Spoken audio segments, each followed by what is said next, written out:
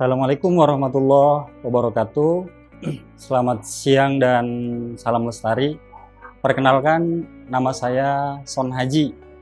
Di komunitas ini saya selaku ketua dari Pok Darwis Alif Bata.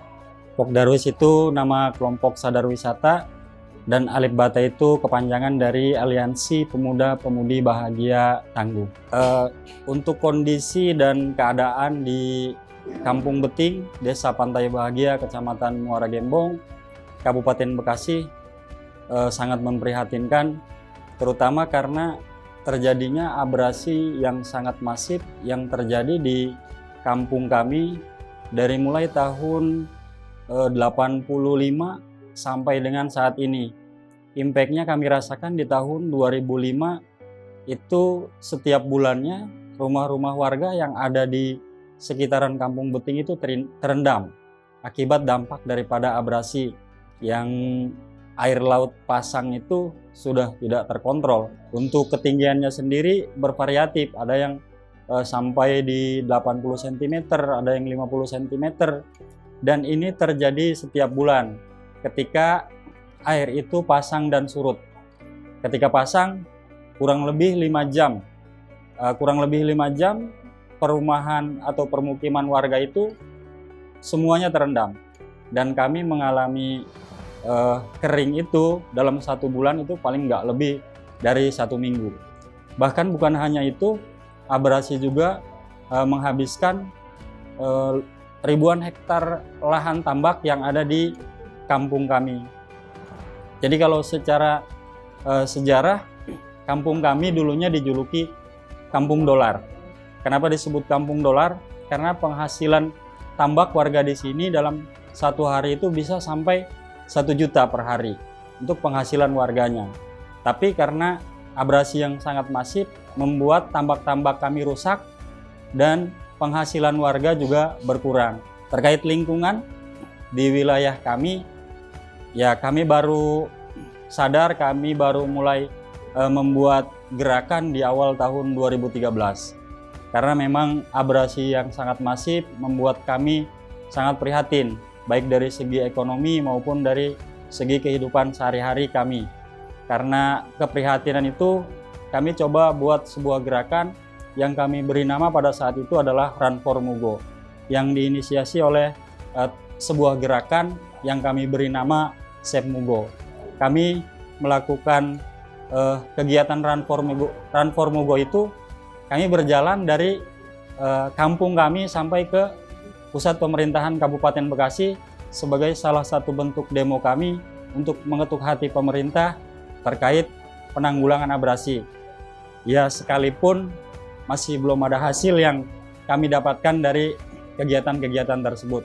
Namun kami sangat bangga dan kami sangat mengapresiasi teman-teman komunitas, teman-teman yayasan, teman-teman dari korporasi dan juga mahasiswa bergabung dengan kami untuk melakukan restorasi mangrove yang ada di wilayah kami.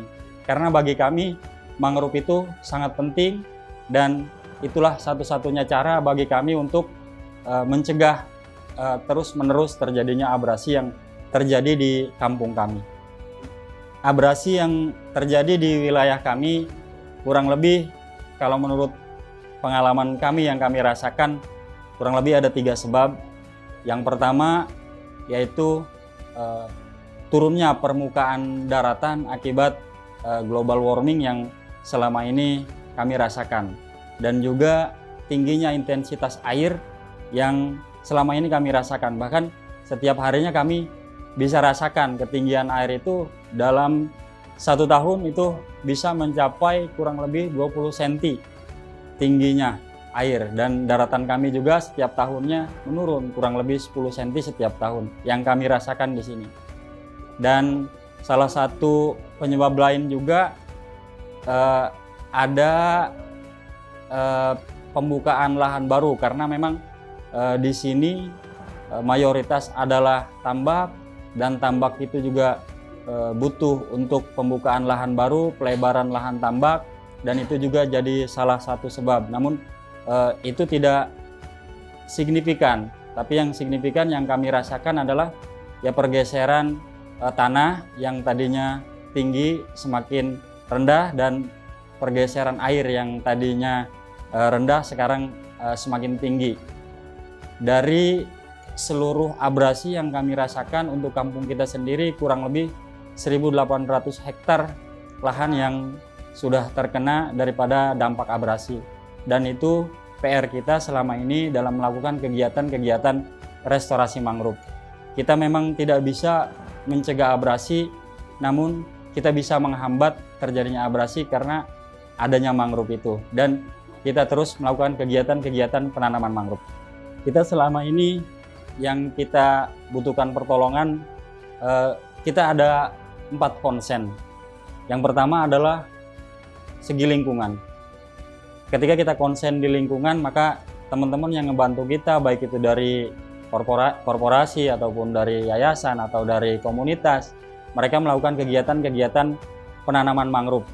Yang alhamdulillah sampai tahun ini, di tahun 2023, kita kurang lebih sudah menanam hampir 400.000 pohon dari teman-teman yang sudah berkunjung kemari. Dan ini salah satu pencapaian yang luar biasa bagi kami, dan terasa dampaknya bagi kami karena memang saat ini kami merasakan aman dari terjangan ombak Laut Jawa, dan aman juga terjangan arus dari Laut Jawa dan Teluk Jakarta. Terus yang keduanya, salah satu tujuan kami yaitu di perekonomian masyarakat. Kita tahu bahwa mangrove ini bisa dikemas atau bisa dibuat menjadi olahan makanan dan minuman. Dan itu salah satu tugas atau salah satu bentuk bantuan dari teman-teman komunitas yang datang ke sini untuk senantiasa ya memasarkan atau sekedar membeli oleh-oleh untuk ya mereka bawa ke tempat mereka pulang, dan di sini warga mendapatkan nilai ekonomi daripada olahan mangrove itu sendiri. Yang ketiga, kita juga berfungsi di konservasi. Konservasi, kita tahu di wilayah kami ada satwa endemik yaitu lutung Jawa yang ada di wilayah kami, dan inilah yang selama ini kami dan teman-teman komunitas selalu jaga bersama-sama agar lutung Jawa dan burung-burung pesisir yang ada di wilayah kami tidak punah. Salah satunya dengan cara kami melakukan larangan untuk berburu di wilayah kami. Terus yang keempatnya, kami juga fokus di sanitasi atau kebersihan. Kadang teman-teman komunitas atau korporasi ataupun yayasan yang datang ke sini, mereka sudi untuk membuatkan MCK atau air bersih untuk wilayah kami. Karena jujur memang wilayah kami adalah wilayah pesisir, dan kami sangat membutuhkan air bersih untuk kami konsumsi. Walaupun ya hanya sekedar untuk mencuci pakaian dan untuk mandi saja. Kita bisa dibilang tidak akan hidup tanpa ada mangrove. Selama ini yang kami rasakan seperti itu. Mau tidak mau, yang kita tahu bahwa fungsi mangrove ya menyerap karbon 2 kali lebih besar daripada tanaman tropis seperti pada umumnya. Dan itu kami alami di sini karena memang salah satu fungsi mangrove juga itu untuk kita bernapas di kehidupan kita sehari-hari. Selain juga mangrove itu banyak sekali manfaatnya. Salah satunya ya mangrove juga bisa menghasilkan nilai ekonomi bagi warga masyarakat. Karena dengan warga masyarakat membuat olahan-olahan berbahan dasar mangrove, mereka bisa menjual ke teman-teman yang ada atau yang datang ke wilayah kami, yaitu wilayah Kampung Beting. Dan itu memberikan penghasilan tersendiri bagi warga masyarakat. Kalau untuk target sendiri, kita untuk penanaman mangrove sendiri kita punya target itu sekitar 1.800 hektar. Nah, dari 1.800 hektar yang mestinya kita tanam, ya selama ini kita hanya baru menanam kurang lebih 40 hektaran. Jadi mungkin kalau dibilang PR, mungkin PR kita itu masih sangat jauh, dan ya akan tetapi dengan 40 hektar yang sudah kita tanam ini, ya kita merasakan ada dampak positifnya dari kita menanam mangrove seluas 40 hektar ini. Karena memang selama ini yang kita rasakan, kita sudah tidak lagi terkena terjangan ombak Laut Jawa dan Teluk Jakarta, karena memang mangrove jadi salah satu green belt atau salah satu benteng pertahanan kita di bagian pesisir. Ketika kita melakukan kegiatan-kegiatan penanaman mangrove, kita pasti melibatkan warga masyarakat. Nah, bisa dikatakan kita di sini ada beberapa kelompok kecil yang kami buat. Yang pertama, kami sendiri dari kelompok Alif Bata. Alif Bata itu kelompok sadar wisata yang berfungsi sebagai penyambut tamu, artinya tour guide yang ada di wilayah kampung kami. Yang keduanya, kita juga ada kelompok kebaya. Kebaya itu berperan di segi olahan mangrove-nya. Yang ketiganya, kita juga ada kelompok tani di sini atau kelompok tani mangrove. Nah, kelompok tani mangrove ini berperan menjaga, merawat, melestarikan dan menanam kembali pohon mangrove. Nah, itulah yang selama ini kami lakukan. Namun kami juga sama, mungkin manusia ada keterbatasan, jadi mungkin kami juga belum bisa melibatkan seluruh lapisan atau seluruh unsur masyarakat yang ada di wilayah kami. Ada 15 produk yang kurang lebih 15 produk yang selama ini Kebaya telah ciptakan. Ya, adapun jenisnya ada dalam jenis peyek, ada jenis keripik, dan juga ada dodol mangrove juga, terus juga ada sirup mangrove dan juga ada jus mangrove yang semuanya adalah bentuk daripada makanan dan minuman yang bisa dikonsumsi dan siap saji.